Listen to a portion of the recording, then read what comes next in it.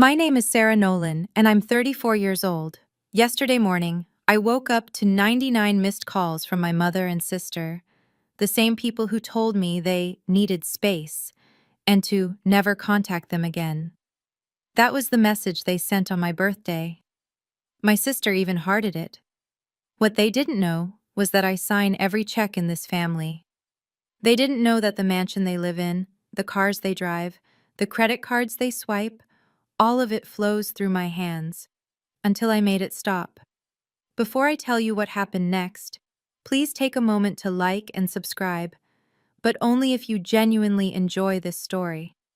And I'd love to know, where are you watching from and what time is it there? Let me take you back to how it all started. Growing up, I was the invisible daughter. Not in any dramatic way. I wasn't locked in a basement or denied food. It was subtler than that. My mother simply looked past me.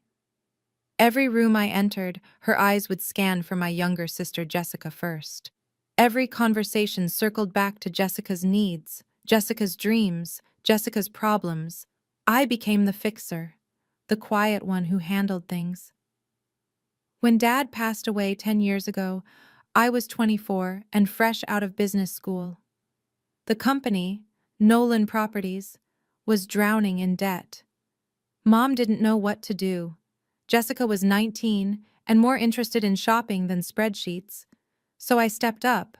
I restructured the loans, renegotiated contracts, worked 60-hour weeks until Nolan Properties wasn't just surviving, it was thriving. Now I'm the CFO. On paper, that sounds impressive. In reality, it means I transfer $8,000 into Mom's account every month. Another $3,500 to Jessica. I pay for the house they live in, the cars, the vacations, the spa days. Not once has anyone said thank you. The only calls I get from Mom are when the money's late. 2 days delayed last month because I was closing a major deal. She didn't ask how I was. She asked why the transfer hadn't come through. "Your sister needs it for her trip," she said. No hello. No how are you. I remember the last time someone in my family acknowledged my birthday. I was 12. Dad made me a chocolate cake with too much frosting. He wrote, "Happy birthday, my little CEO," in crooked letters. That was 22 years ago. Dad's been gone for 10 of them. And every year since, my birthday passes like any other day.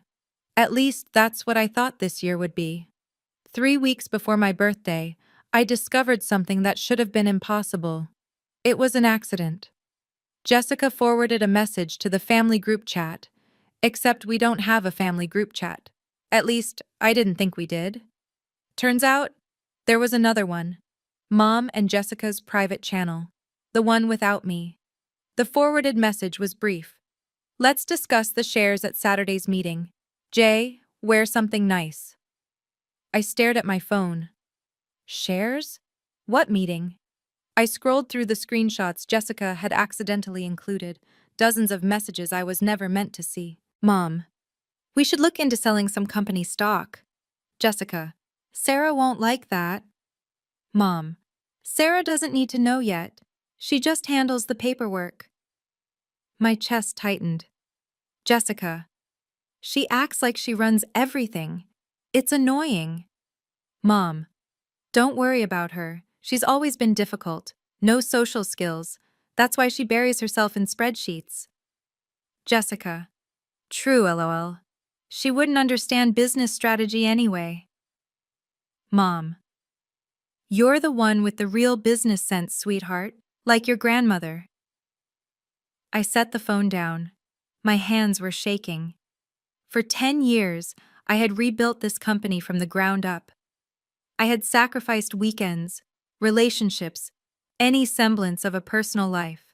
And to them, I was just the difficult daughter who handled paperwork. But it was the date of their secret meeting that truly broke something in me. March 15th, my birthday. They were planning to discuss selling my father's company, the one he trusted me to protect, on my birthday, without inviting me, without even remembering why that date might matter. That's when I started paying attention. That night, I couldn't sleep. I sat at my kitchen table with a calculator and 10 years of bank statements. The numbers told a story I had been refusing to read. Monthly transfers to mom, $8,000 cars is 120 months, $960,000. Monthly support for Jessica, $3,500 is 120 months, it owes $420,000. House payments, car leases, credit card bills, emergency loans that were never repaid, another $400,000 at least. In 10 years, I had given my family nearly $2 million. In return, I couldn't remember the last time Mom asked how I was doing, or the last time Jessica called just to talk. The only communication was transactional, money in, silence out.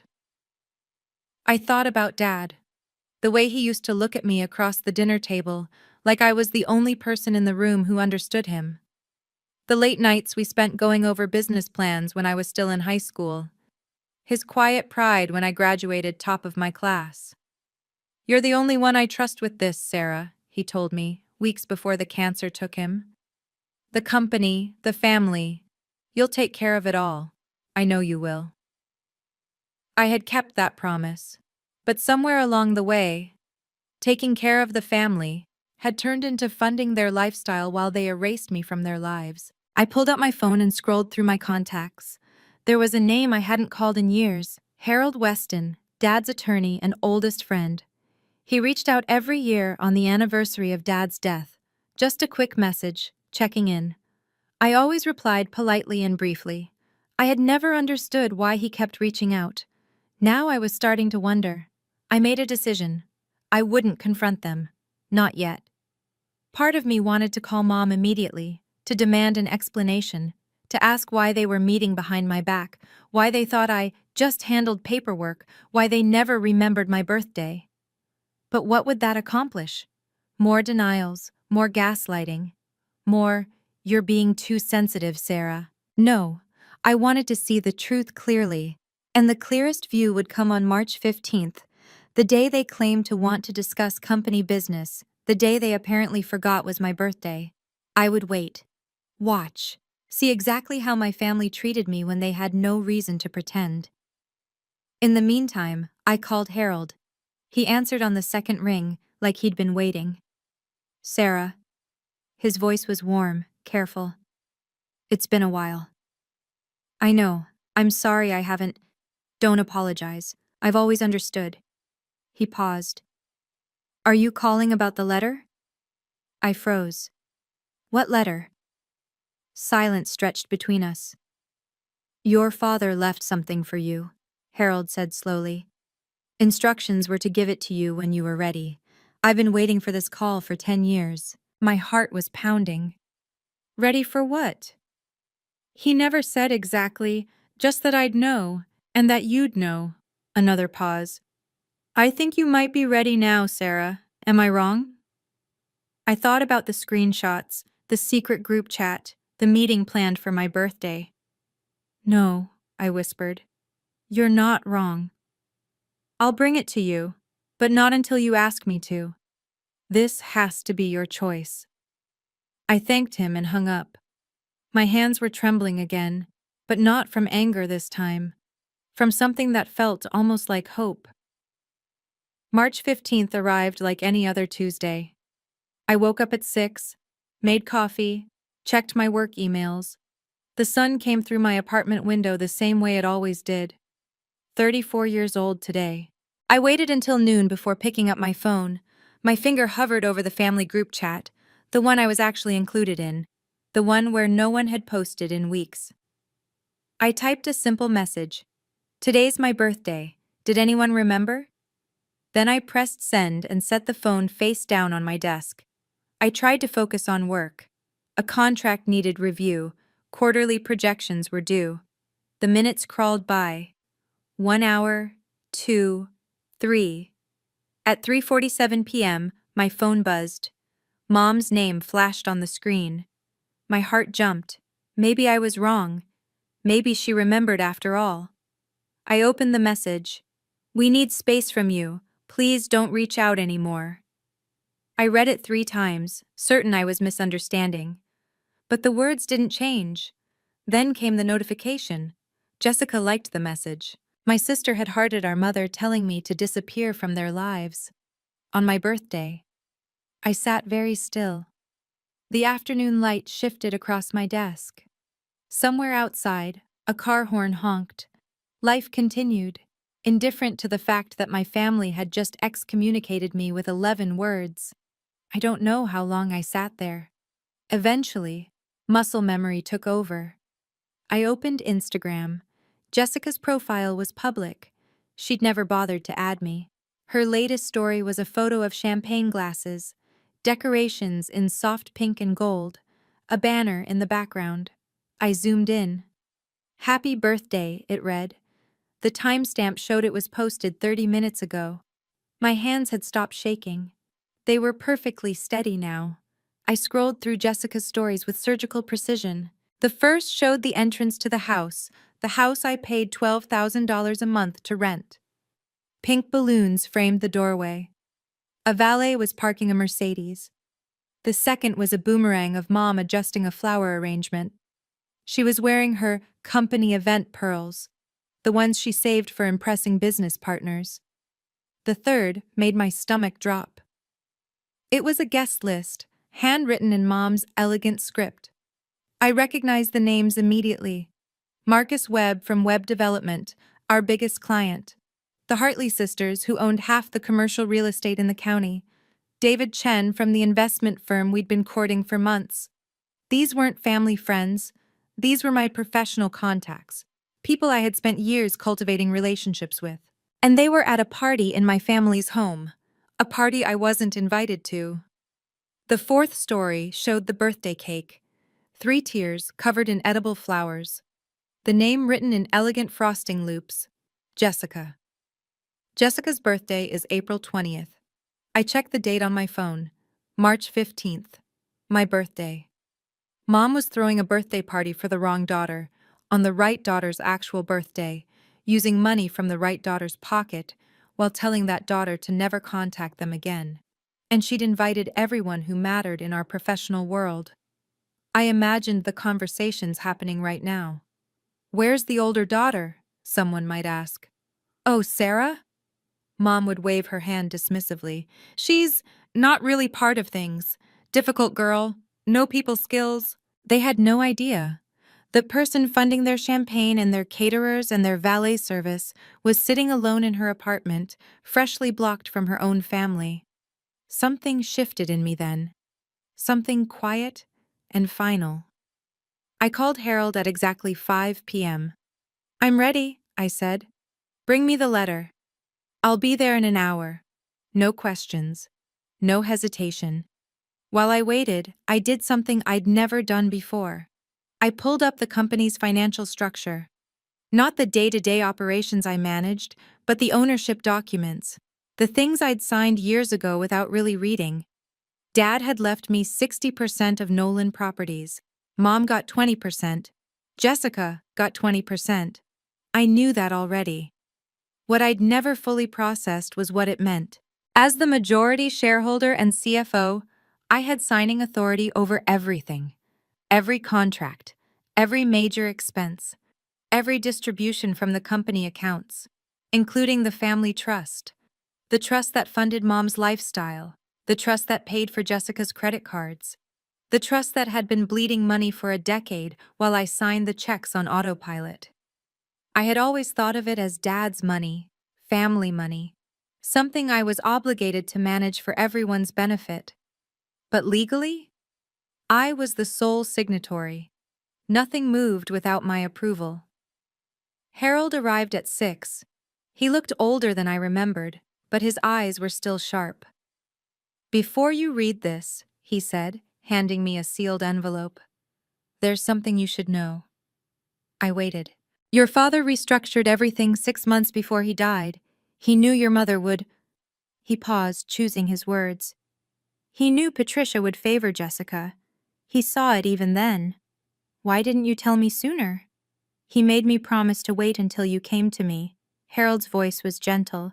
He said you needed to see it for yourself. Otherwise, you'd never believe it. I looked at the envelope in my hands.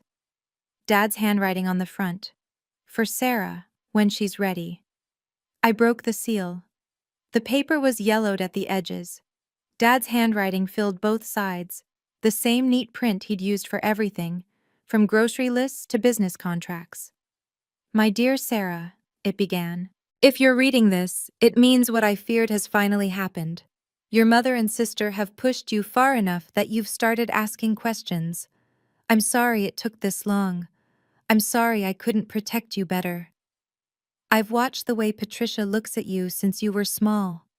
The way she compares you to Jessica, always finding you lacking. It breaks my heart because I know the truth. You are the strongest person in this family, the most capable, the most loyal.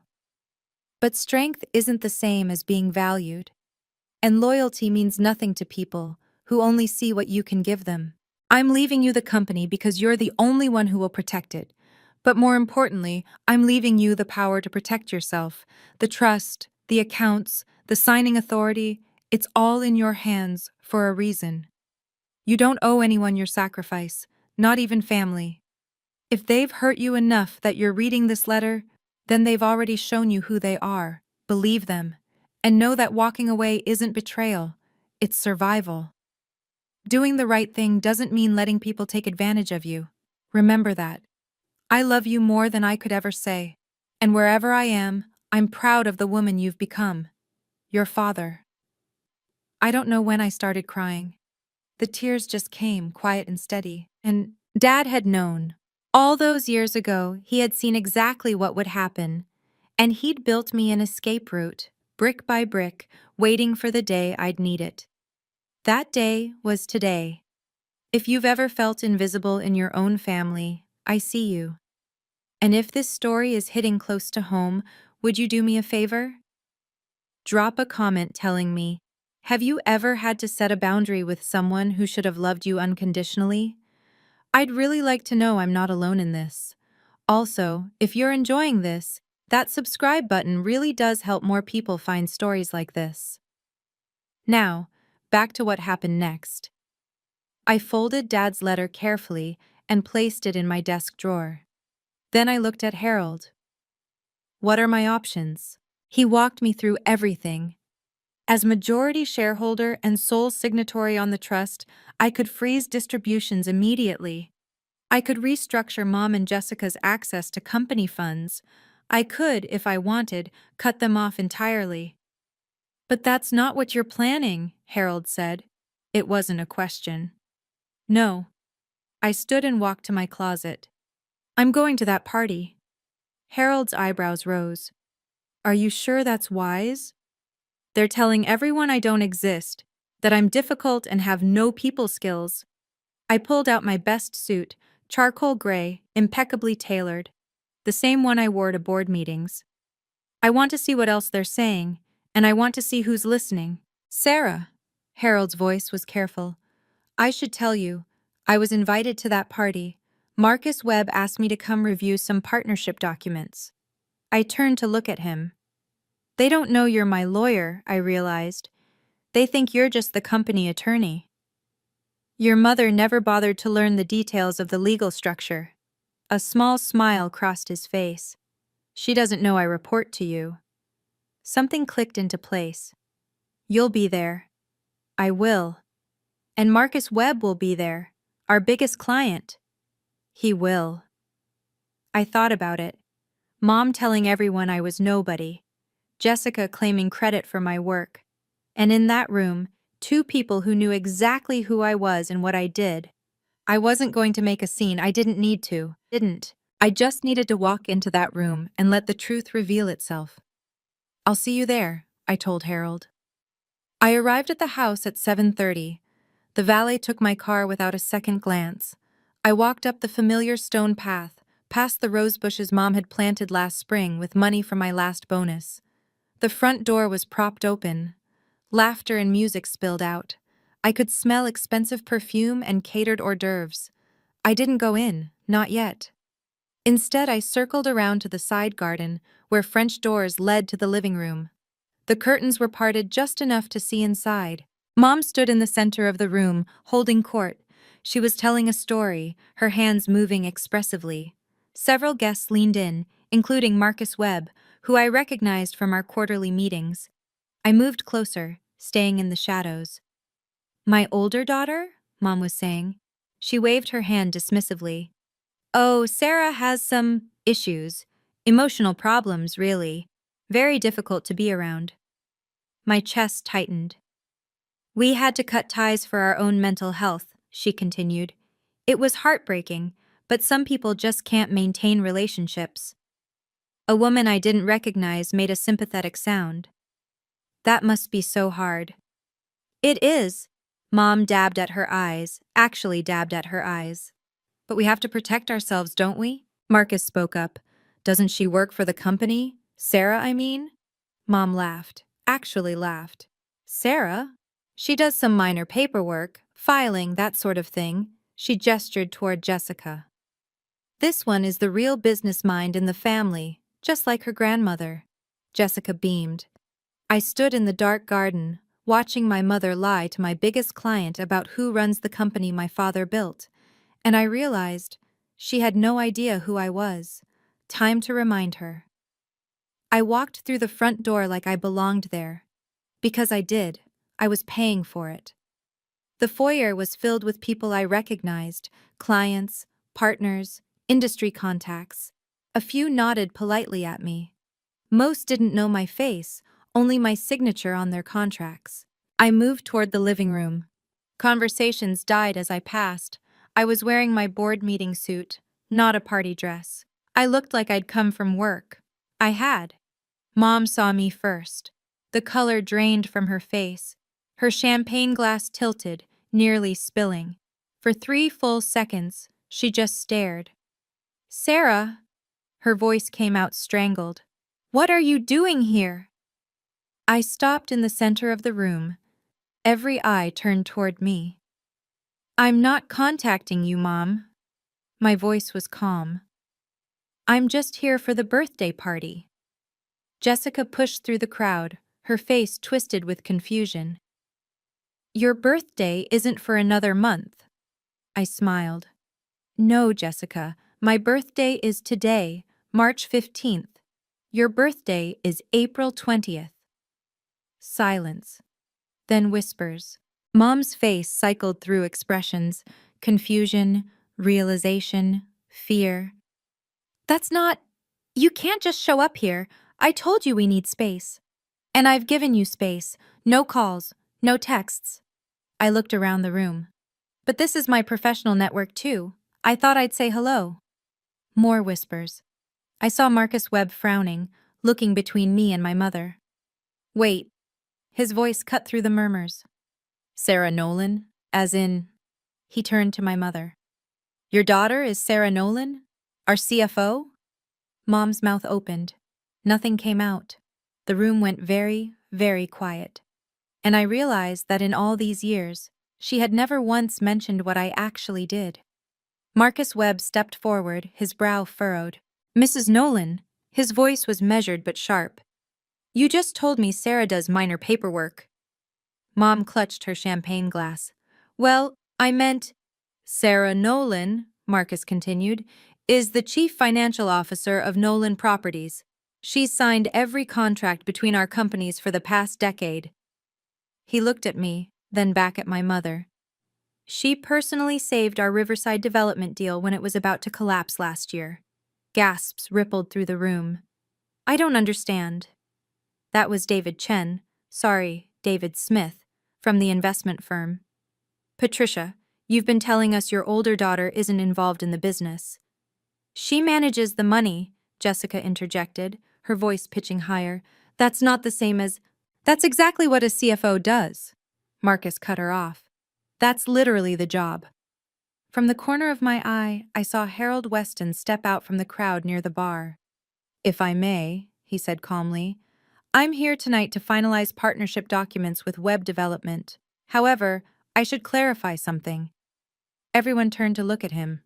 As legal counsel for Nolan Properties, I can confirm that Sarah Nolan holds 60% of company shares. She is the majority owner and has sole signing authority on all major financial instruments. Harold paused, including the family trust. The silence was deafening. Mom's face had gone gray. That's not... It's public record, Patricia. Harold's voice was gentle, but firm. You would know this if you'd ever read the corporate documents. Jessica grabbed Mom's arm. What does that mean? What does sole signing authority mean? I looked at my sister, at my mother, at the room full of people who now knew exactly who I was. It means nothing happens without me. The room erupted in whispers. I watched my mother's face transform, confusion giving way to calculation, then panic. She had built her entire social identity around being the matriarch of Nolan Properties. Now everyone knew the truth. Sarah, Mom's voice shifted to something softer, pleading. Sweetheart, this is all a misunderstanding. That message I sent was very clear. I kept my voice even. You said you needed space. You said not to reach out. I didn't mean... And Jessica hearted it. My sister flinched. I thought... You thought what exactly? I asked. Jessica's mouth opened and closed. Around us, guests pretended not to stare while absolutely staring. Mom tried a different approach. Tears welled in her eyes. It's been so stressful, darling. You know how overwhelmed we've been. We weren't thinking clearly. You were thinking clearly enough to throw Jessica a birthday party 5 weeks early. I gestured at the decorations. On my actual birthday. More whispers. Someone near the back actually gasped. That's not... Mom looked around desperately. The caterers made a mistake with scheduling. We had to... The banner says, Happy Birthday, Jessica, Mom. My voice stayed calm. The cake says Jessica. This wasn't a scheduling error. Marcus Webb cleared his throat. I think I should go. He caught my eye. Sarah, I'll call your office tomorrow. We should talk. Others began to follow. The party was emptying, guests making hurried excuses. I watched my mother's carefully constructed world crumble in real time. Then I turned toward the door. Sarah, wait! Mom grabbed my arm. You can't just leave. We need to discuss. I gently removed her hand. You asked for space. I'm giving you exactly what you asked for. I walked out without looking back. Okay, real talk. If you were me at this exact moment, what would you do? Would you walk away like I did, or would you stay and say more? Tell me in the comments. I genuinely want to know how you'd handle this. And hey, if you haven't subscribed yet, now might be a good time. We're getting to the part where everything falls apart for them. Here's what happened next. I drove home in silence. No music, no podcasts. Just the quiet hum of the engine and the streetlights washing over my windshield. I didn't feel triumphant. I didn't feel vengeful. I felt tired and strangely peaceful. When I got home, I poured myself a glass of water and sat at my desk. I had work to do. First, I called the bank. The family trust had a standard review clause.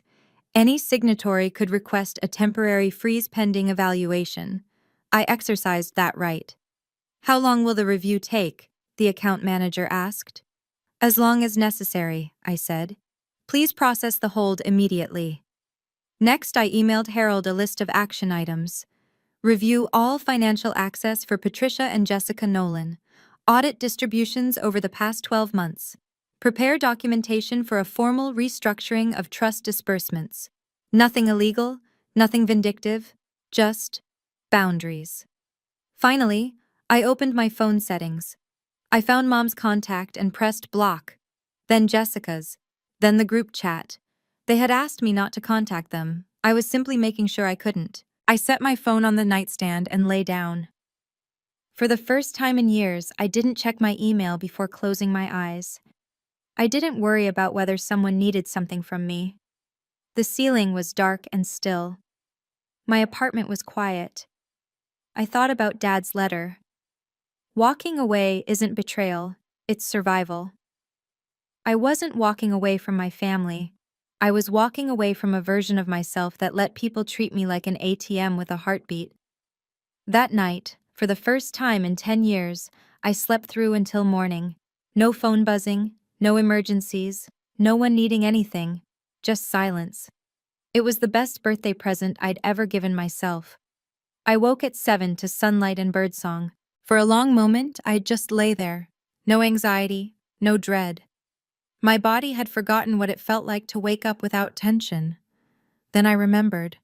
My phone was blocked. I unblocked the numbers just to check. 99 missed calls. The counter had maxed out. 47 voicemails. I scrolled through the call log. Mom's cell. Jessica's cell. Numbers I didn't recognize, probably their friends' phones when they realized they'd been blocked. The voicemails started panicked and escalated from there. 8:47 p.m. Sarah, this is ridiculous. Call me back immediately. Mom's voice, clipped and angry. 10:15 p.m. The credit card isn't working. What did you do? Jessica, shrill. 11:30 p.m. Sarah, whatever point you're trying to make, you've made it. Now fix this. Mom again, less confident. 2:00 a.m. Please, please call us back. We need to talk about this. Jessica, crying. 6:15 a.m. Sarah, the bank says the trust is frozen. They won't tell us anything, please. Mom's voice cracked. Please, sweetheart. I set the phone down. My email held more of the same. All caps from Jessica. You can't do this. This is family money. A longer message from Mom, switching between accusations and pleas. I don't understand why you're punishing us. We love you. This is cruel. Please just call. At the bottom of my inbox, a different name. Marcus Webb. Sarah, I didn't know your family situation, and it's not my business, but I want you to know, my trust is with you, not them. Let's talk this week about moving forward. You have my full support. I read his email twice. Then I closed my laptop, made coffee, and watched the morning light fill my apartment. They would survive, but they'd have to do it without me. The next few days brought the reality home. Harold called with updates. The trust freeze meant all automatic payments had stopped.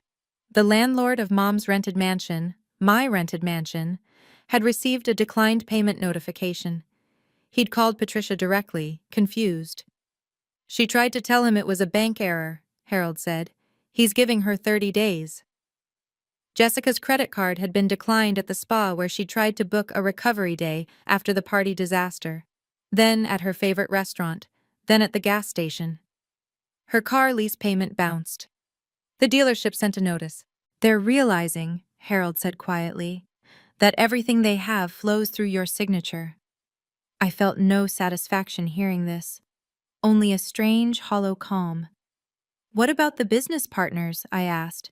The ones who were at the party? Marcus Webb called this morning. He wants to strengthen your partnership agreement. Says he's more confident in the company now that he knows who's actually running it. I almost laughed. Almost. The Hartley sisters sent flowers to your office with a note apologizing for believing Patricia's stories about you. They sent me flowers? And a request for a meeting. They're interested in expanding their investment.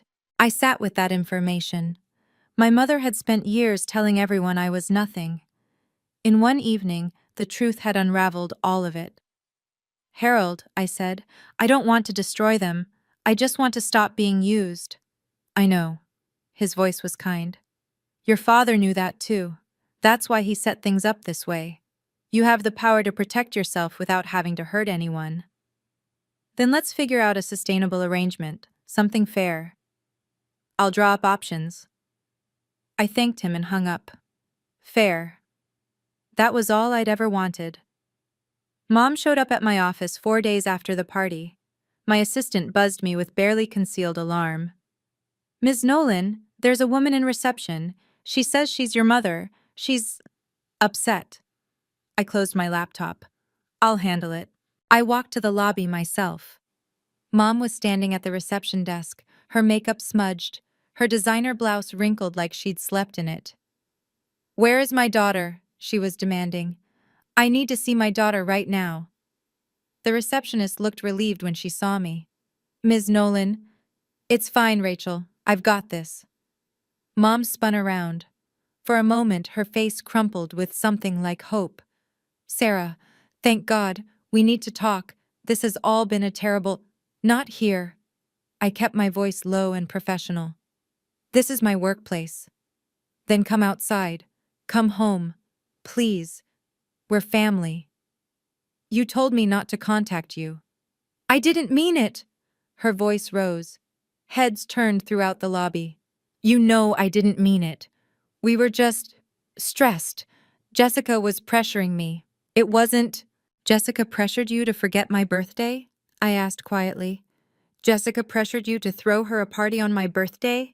Jessica pressured you to tell everyone I do minor paperwork?" Mom's mouth worked silently. "If you want to talk," I said, "you can make an appointment through my assistant, like anyone else." "I'm your mother." I looked at her, really looked.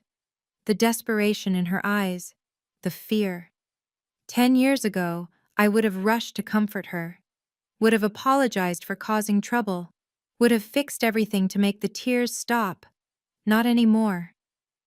"I know you are," I said, "but I'm also a person, and people deserve basic respect." I turned and walked back to my office. She didn't follow.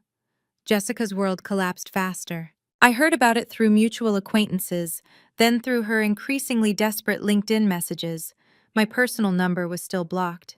The European vacation she'd booked was canceled. Her card declined at the travel agency. Her friends started asking questions. Word had spread about the party. "Your sister is the CFO, but you said she just did filing." Her boyfriend, Tyler, a personal trainer who'd never held a job longer than 6 months, packed his bags when he realized the credit card gravy train had stopped. "I thought you had family money," he said on his way out. "This isn't what I signed up for." Jessica's LinkedIn message arrived a week after the party. "Sarah, I know we haven't always been close, but I'm really struggling here. I didn't understand how things worked. I didn't know you were so important to the company. Can we please talk? I'm sorry for everything. I just need help." I read it 3 times. "I didn't know you were so important." Not, "I'm sorry for hurting you." Not, "I'm sorry for treating you like you didn't matter." Just, "I didn't know you were important." She still didn't get it. She wasn't sorry for the years of dismissal, the cruel comments, the hearted text message. She was sorry because the money stopped. I typed a reply, then deleted it. Typed another. Deleted that too. Finally, I wrote, "I appreciate you reaching out. When you're ready to have a real conversation about our relationship, not about money, let me know." I didn't hear back. The truth was harder to accept than I'd expected. My sister didn't miss me. She missed my wallet, and that hurt more than anything else. 2 weeks after my birthday, I sent a letter. Harold delivered it personally to Mom's house. I didn't trust email for something this important. "Dear Mom and Jessica, I'm not cutting you off, but I'm also not continuing a relationship that only works when I give and you take. If you want to be part of my life, I'm open to that. But it has to be based on mutual respect, not on what I can provide financially." Effective immediately, the family trust will be restructured. You will each receive a fixed monthly allowance: $3,000 for Mom, $1,500 for Jessica. This is enough to live comfortably, but not lavishly. The allowance is not dependent on our relationship. You'll receive it whether we speak or not. But it's also not negotiable. This is what the trust can sustainably support without depleting principal. If you want more, you'll need to earn it. Jessica, you're 29. It's time to build your own career. Mom, the allowance covers a modest apartment and living expenses. The mansion lease will not be renewed. I know this isn't what you wanted to hear, but I've spent 10 years giving everything I had to a family that treated me like I was invisible. That's over now. I love you both. But love doesn't mean accepting disrespect, and it doesn't mean funding people who only see my value in dollar signs. If you want to talk, really talk, about us, not about money, my door is open. But I won't be reaching out first. You asked for space. I'm giving it to you. The next move is yours. Sarah Harold said Mom cried when she read it. Jessica threw it across the room. Neither of them called. But the check still went out on the first of every month. That felt right. It's been 3 months since my 34th birthday. Mom moved into a 2-bedroom apartment downtown, smaller than she's used to, but nice, clean, manageable. Jessica got a job, entry level at a marketing firm. I heard she complains about it constantly, but she shows up every day. That's something. We haven't spoken. Not really. A few awkward text messages, a birthday card from Mom for Easter. She got the holiday wrong, but at least she tried. I don't know if we'll ever have a real relationship. The kind where they call just to hear my voice. The kind where my birthday is remembered. But I've made peace with that. I spent 34 years believing that if I just gave enough, tried hard enough, made myself useful enough, my family would finally see me. Finally love me the way I needed to be loved. Dad knew better. He left me that letter because he understood what I couldn't accept. Some people will never see you, no matter what you do. And staying in that darkness will only drain the light from your own life. Walking away wasn't revenge. It wasn't punishment. It was permission. Permission to stop shrinking myself. Permission to stop apologizing for existing. Permission to finally put my own oxygen mask on first. Last week, I celebrated my half-birthday.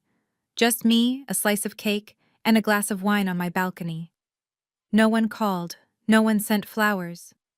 But I wasn't sad. Because for the first time in my life, I knew my worth wasn't measured by who remembered me. It was measured by how I remembered myself. And I was finally someone worth remembering. Love isn't about being needed, it's about being valued. I learned the difference the hard way. But I learned. If this story resonated with you, I'd love to hear your thoughts. Have you ever had to choose between peace and family? What did you do? Drop a comment below. I read every single one. And if you want more stories like this, there are a few in the description I think you'll really connect with. Thank you for staying until the end. It means more than you know. See you in the next one.